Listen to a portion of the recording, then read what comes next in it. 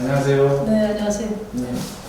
본인 소개와 함께 그 지역 주민들에게 선거에 출마하게 된 출마의 변과 이유가 있다면 말씀해 주시죠. 저는 고양시 갑 지역구에 두 번 주민의 선택을 받은 심상정 국회의원입니다. 네.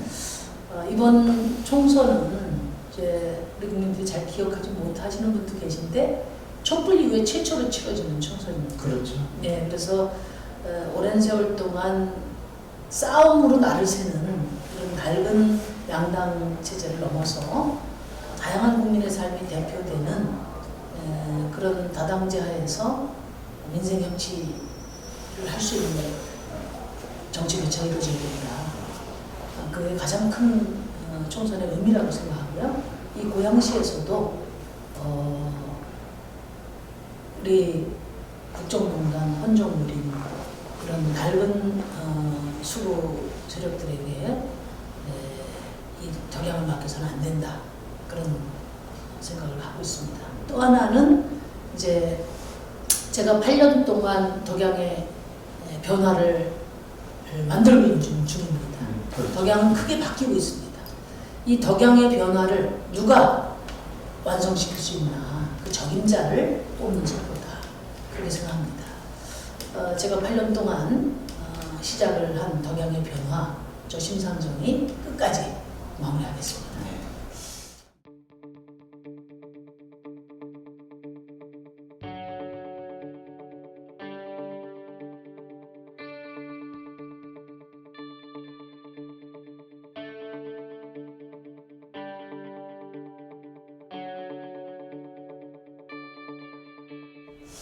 뭐 이어서 네. 좀 8년 동안 이제 재선에서 8년 동안 덕양 발전을 위해서 쉼없이 달려오셨는데 의정 활동의 성과와 지역 어떤 그 지역의 어떤 그 성과가 있다면 소개 좀 해주시죠. 그러니까 지난 8년 동안 심상정 너 뭐 했냐 이제 이런 질문을 하시는 분들이 계신데요. 감히 제가 당당하게 말씀드립니다. 18년 동안 뭐 했냐 이런 질문은 사실 이 지역에 오래 계시지 않았던 분들이 하시는 말씀이라는 걸 금방 알 수가 있습니다. 제가 4년 동안 또 그 이전에 19대까지 8년 동안 국민에게 약속한 공약은 하나도 빠짐없이 실현시켜 가고 있다 말씀드릴 수 있습니다. GTX 같은 국가 사업이나 비예산 사업을 빼고라도 한 85억 건의 예산만 하더라도 한 5천억 가까이 실현시켜 가고 있다 그런 말씀드리고요. 이제 대표적으로는 이제 이 일산 쪽으로 편중되어 있는 교통권, 철도망을 지금 동북부 쪽으로 확장하는 그런 노력을 했고 그 성과가 나타나고 있습니다. 우선 고양선이 이제 도래울 화정지구, 그다음에 고양시청을 거쳐서 식사동까지 연결되는데 그렇죠. 이제 심혈 기울였고요. 또 교외선 재개통은 누구나 다 공약을 냈는데 그 누구도 구체적인 성과를 만들지 못했습니다. 그거를 제가 국토부와 경기도 그리고 이 교외선과 관련되어 있는 고양시, 양주시, 의정부시 시장님들 만나가지고 2021년도 우리가 내년이죠. 대곡 소사역 개통할 때 맞춰서 운행을 재개통하는 것을 확정 지었습니다. 그리고 올해 예산으로 3억을 확보해서 차량은 몇 량짜리로 하는 게 좋은지 연구 용역을 시키는 네, 지금 용역을 줬죠. 그리고 몇 분 간격으로 해야 되는지 이게 이제 용역 결과가 나오면 내년부터 운행이 재개될 것입니다. 그러면 각 지나는 지자체에서 얼마의 부담금이 나오는지 분담금이 나오는지 나올 수 있다는 건가요? 그러니까 이제 그러니까 문재인 대통령께서는 이제 수도권 순환철도를 공약을 하셨는데 그거는 그 철도를 복선화하는 계획입니다. 이거 시간이 많이 걸려요. 그래서 제가 기왕에 지금 단선철도가 있으니까 대곡역에 지금 5개의 전철과 철도가 지나가니까 여기를 연결하는 그런 운행 재개를 먼저 하자 이렇게 제안을 했는데 문제는 뭐냐면 운영 적자가 300억 이상 난다는 거죠. 이걸 누가 부담할 거냐 가지고 다 책임을 떠넘겨서 중간에 한번 자초됐었습니다. 그래서 제가 3개 기초단체, 자치단체에서 나누고, 그렇죠. 그다음에 경기도가 좀 나누고, 그리고 중앙정부가 좀 책임지고 이렇게 분담안을 마련해서 경기도와 3개 기초자치단체 시장님들하고 저하고 MOU를 체결해서 확정시켜 가고 있다는 말씀 드리고요. 그 다음에 고양동으로 가면 군부대 이전을 이제 많은 또 후보들이 공약을 했는데 제가 26년까지 예정돼 있던 군부대 이전을 21년도로 확정지었습니다. 1군단 소속인데 통신단하고 급양대라고 푸른마을 쪽에 지금 있습니다. 그래서 그럼 뭘 갖고 이전을 확정지었는가를 알 수 있냐면 예산을 확보한 거죠. 제가 10억 9천억을 9천만 원을 확보해서 이전 용역을 이제 주도록 했고, 그래서 아마 지금 준비되는 대로 22년까지 이전이 될 겁니다. 그러면 그 부지가 매각되고 전용되는 과정에서 기부채납을 한 1,500평, 2,000평을 받아서 여기에 작은 어울림거리를 만들겠다. 그게 제 공약사항입니다. 근데 그걸 하려고 하더라도 시유지가 없으니까 국비로는 국비로는 땅을 못 사지 않습니까? 그러니까 그동안에 더뎌졌는데 이번에 군부대 이전 시키고 나면은 거기서 확보된 부지에다가 체육시설이라든지 또 도서관이라든지 주부나 어르신들 활용 공간까지 넣어서 고양동의 복지문화 수준을 한껏 올리겠다 이런 계획을 갖고 있고요. 8년 동안 덕양 내에 큰 변화를 일궈가고 있다. 그리고 이제 그것을 끝까지 마무리할 수 있도록 많은 성원을 부탁드립니다. 네. 이어서 관련된 이제 질문인데요. 8년 동안 많은 이제 업적과 어떤 성과를 냈음에도 불구하고 일부 시민들은, 일부 지역의 유권자들은 그래도 심상정이 우리 지역에 한 일이 뭔지 모른다는 거죠. 근데 그 이유가 뭘까요? 이제 커뮤니티가 잘 돼 있는 그런 마을 같은 데는 이제 심상정이 무엇을 했는지가 공유가 잘 돼 있습니다. 예를 들면 뭐 도래운 마을이라든지 신혼 마을이라든지 또 이렇게 그 SNS 상에서 이제 공유를 하는 데는 그런데 특히 이제 고향 관산 지역 같은 경우에는 전통 마을이 많이 있지 않습니까? 그렇죠. 직접 대면을 해서 홍보를 해야 되는데 이제 그런 점에서 아무래도 좀 아쉬움이 있는 것 같아요. 좀 소홀한 게 아닌가라는 게 이제 그 지역 주민들의 어떤 생생한 표현이거든요. 근데 이제 그 제가 사실 하루에도 서너 번씩 고양시와 여의도를 오가면서 열심히 주민들을 만났습니다. 그러니까 오히려 또 많은 주민들은 중앙정치 바쁜데 이렇게 지역을 챙기냐 이런 얘기도 더 많이 들었다는 말씀 드리고, 아무래도 이제 좀 어르신들이 많고 또 이동이 뭐 행사나 이런 게 잘 안 나오시는 이런 주민들을 만나 뵙는 데는 좀 한계가 있었던 것 같아요. 그래서 이번 선거 과정에서 8년 동안 심상정이 한 일 주민들에게 잘 알려드리고, 잘했으면 또 찍어주시고, 그렇죠. 잘못했으면 또 비판해 주시고, 그런 선택을 받으려고 노력을 하겠습니다. 지금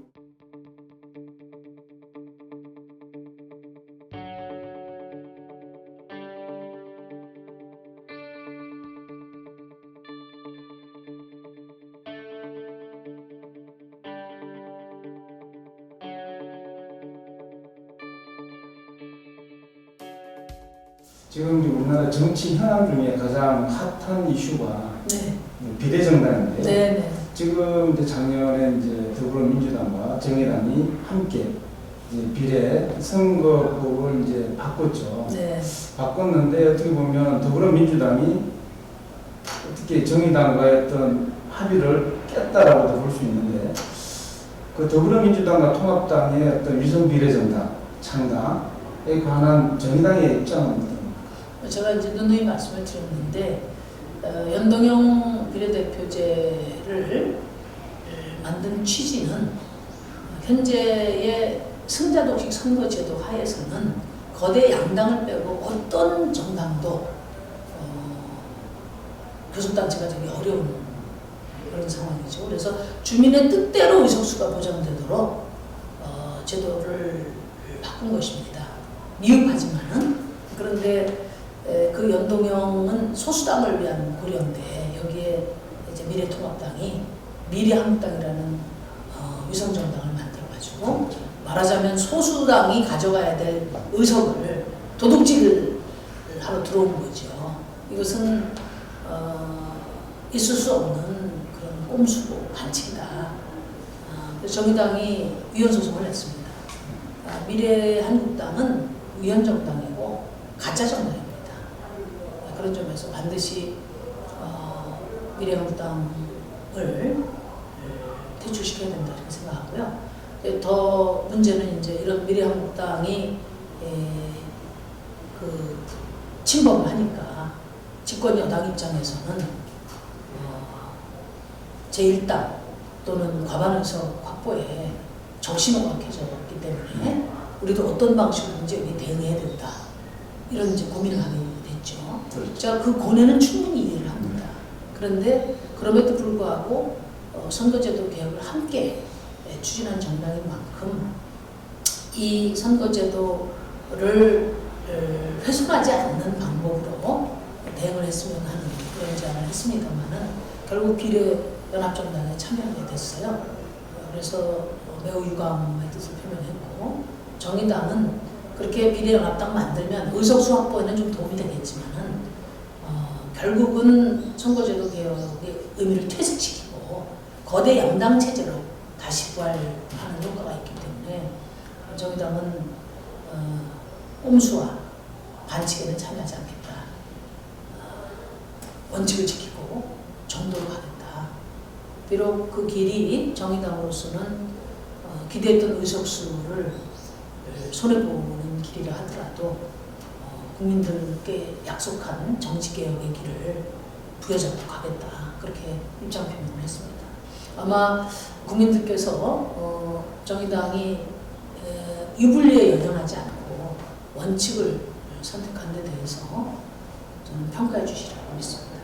그래서 이제 정의당의 이러한 그 결단에 대해서 국민들이 긍정적인 신호를 보내왔었습니다. 네. 근데 최근에 비례 후보 발표와 함께 이제 비례 특히 이제 뭐 비례 1번과 네. 이제 비례 그 7번인가요? 6번. 6번이죠. 네. 이제 음주 관련. 그래서 6번 후보는 이제 자진 사퇴를 했고, 이 비례 1번이 아직도 네. 있는데, 이제 그 부분에 대해서 지금 정의당의 주요 지지층이 20대에서 30대가 주요 지지층인데, 그 지지층에서 지금 어떤 반응이 나오냐면, 정의당의 정의가 사라졌다. 그러면서 표 이탈 조짐이 지금 일어나고 있어요. 뭐, 멀리 갈 것도 없이 고양시에서 그렇다는 거죠. 뭐, 그럼에도 불구하고, 기호 1번, 비례 1번, 류호정, 예, 그 후보를 끝까지 고수를 하실 건지, 아니면 어떤 민심의 변화가 요동을 친다면, 어떤 다른 어떤 변화가 있을 수도 있는 건지.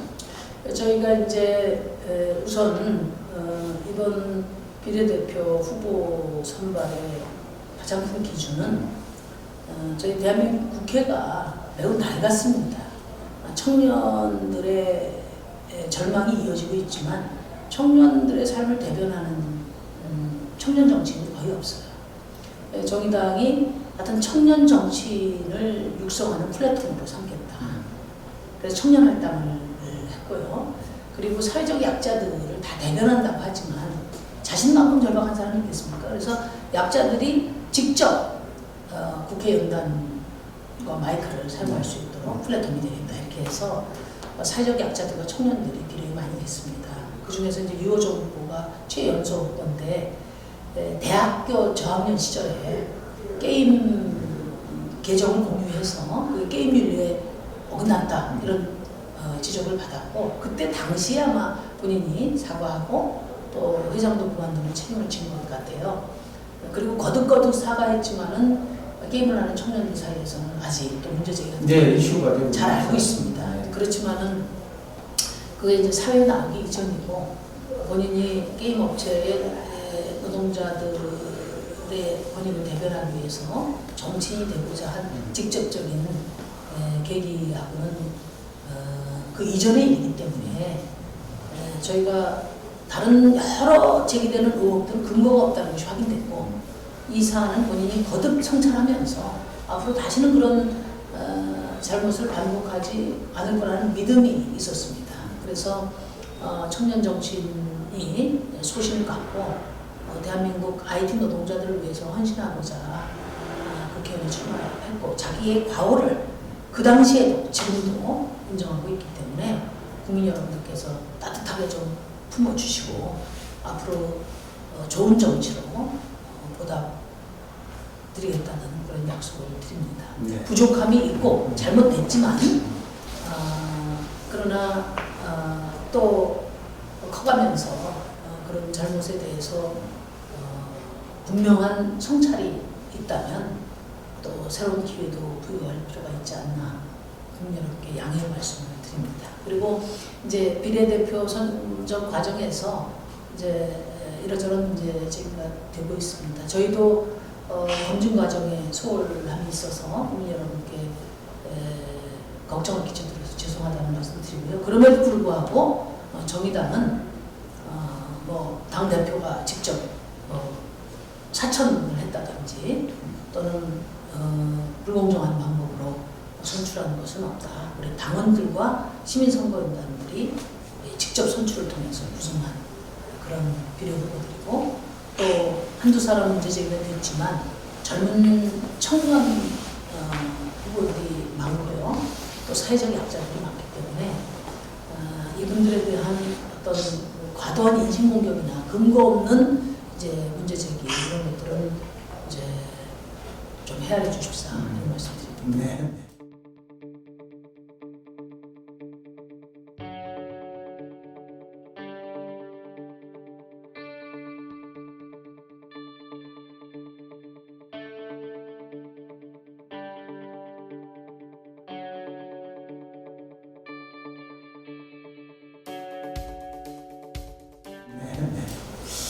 이제 사선에 도전하시는데요. 네. 사선 도전에서 성공을 하셔야 되는데 어떤 비장의 무기, 어떤 핵심 전략이 있다면 우선 정의당은 정정당당한 정치를 열망하는 국민들의 기대에 부응하겠다. 그것이 정의당의 길이다. 그래서 이번에 일정한 의석수가 보장되는 그런 유혹이 있었음에도 불구하고 여기 아마 이겨내기가 쉽지 않을 텐데요. 그럼에도 불구하고 꼼수와 반칙을 길을 선택하지 않고 국민들의 기대에 부응하는 걸 선택했다. 적어도 대한민국 국회에 유불리를 따지지 않고 원칙을 굳건히 지켜가는 정당 하나는 필요하지 않나. 또 그런 굳건한 정치인 하나는 필요하지 않나. 그래야 공정사회, 평등사회를 말할 자격이 있지 않나. 그렇게 감히 말씀드리고요. 두 번째는 제가 이 지역의 국회의원이 돼서 그 이전에 집권당의 국회의원들, 전임자들이 이뤄내지 못한 덕양의 큰 변화를 만들어내고 있습니다. 그 변화는 이제 새로운 초선 의원들이 당장 감당하기 어려운 과제다. 그런 말씀드립니다. 중앙정치하면 지역 신경 안 쓴다고 하는데 그건 큰 오해입니다. 중앙정치에서 영향력 있고 힘이 있어야 지역 문제 해결에도 큰 성과를 만들 수 있다. 그 말씀드리고 힘과 정치력이 없는 정치는 그냥 4년 동안 배우다 끝나는 게 정치의 현실입니다. 그 말씀은 우리 심상정 대표께서 그 대한민국 정치인이 많지만 그 누구보다도 정치력이 뛰어나다. 네. 이렇게 말씀하시는 겁니다. 적어도 우리 지역 현안을 해결하는 데 있어서는 그 어떤 거대 정당의 리더들보다도 더 큰 영향력을 만들어냈다고 자부합니다. 안 되는 일도 또 설득력과 정치력을 가지고 만들어냈다. 그 말씀드립니다. 그럼 더불어민주당이 작년에 이제 정치 파트너로서 같이 하다가 이제 아까도 말씀 주셨지만 자당의 이익에 따라서 또 이제 따로 떨어져 나갔는데 시원하게 더불어민주당이 한 말씀 하시나요? 짧게 촌철살인으로 짧게 말씀하셔도 돼요.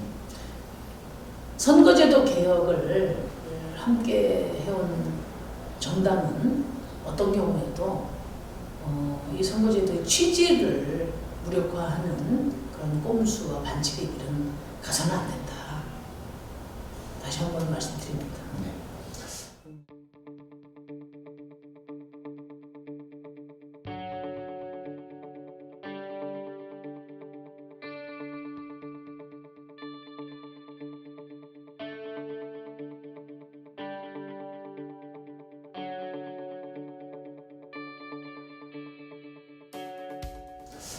심상정 정치인의 정치 철학이 있다.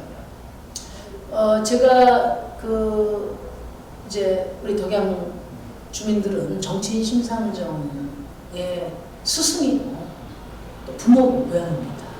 제가 2008년도에 처음 이곳에 왔을 때 선거 50일 전에 왔는데 우리 주민들께서 낙선시켜왔어요.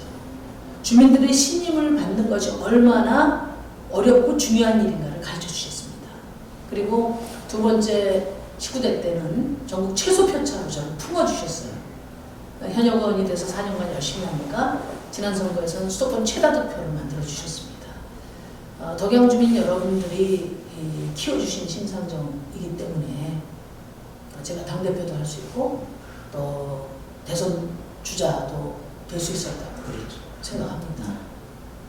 저는 그래서 또 심상정이 있는 덕양이기 때문에 덕양이 이제는 정치 1번지가 된다. 그런 자긍심을 갖고 주민 여러분들을 잘 모시고 누가 뭐래도 심상정은 믿는다. 이런 신뢰의 정신으로 거듭나겠습니다. 부족한 점은 많지만 우리 주민 여러분께서 잘 성원해 주실 거라고 감사 주실 거라고 생각합니다.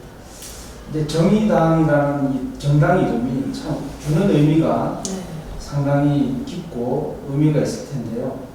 정의당 가지고 삼행시 한번 갔으면 좋겠습니다. 자, 오늘 제가 띄우겠습니다. 네. 정의당 정정당당한 정치, 의로운 정치, 당당한 대한민국. 정의당이 만들어갑니까? 네. 네. 정의당과 심상정이 만들어 가겠습니다. 마지막으로 지역 유권자들에게 말씀하십니다. 우리 지역 유권자 여러분들 생각하면 늘 가슴이 벅차오릅니다. 대한민국 정치에서 소수 정당이 당당하게 지역구 국회의원으로 선택되기가 매우 어렵습니다. 그런 조건에서 우리 덕양구 주민 여러분들이 심상정을 가르치고 품어주고 또 키워주셨습니다. 이제 우리 주민들께 그 성원에 보답하기 위해서 제가 시작한 8년의 덕양의 변화 끝까지 완성시켜내겠습니다. 그리고 국민 여러분들이 바라는 공정하고 정의로운 사회 만드는 데 우리 정의당이 혼신의 힘을 다하겠다는 약속을 드립니다. 다시 한번 심상정을 품어주시기 바랍니다. 감사합니다. 한 가지 질문입니다. 네. 지금 그 코로나19 전국이 네. 뭐 우리나라뿐 아니라 전 세계를 강타하고 있는데 정부의 코로나19를 대하는 어떤 정책이나 여기에 대해서 어떤 평가를 내고 있습니까? 근데 코로나19 방역과 관련해서는 뭐 국제사회에서도 그렇게 평가하지만 아주 잘 해왔고 또 그래서 우리 성숙한 시민들과 함께 이걸 반드시 이겨낼 거라고 믿습니다. 이게 대신에 정부 정책이 잘 됐다고 보십니까? 아니면 우리나라 국민들이 자발적으로 잘했다고 보십니까? 정부가 혼자 잘할 수는 없는 것이고요.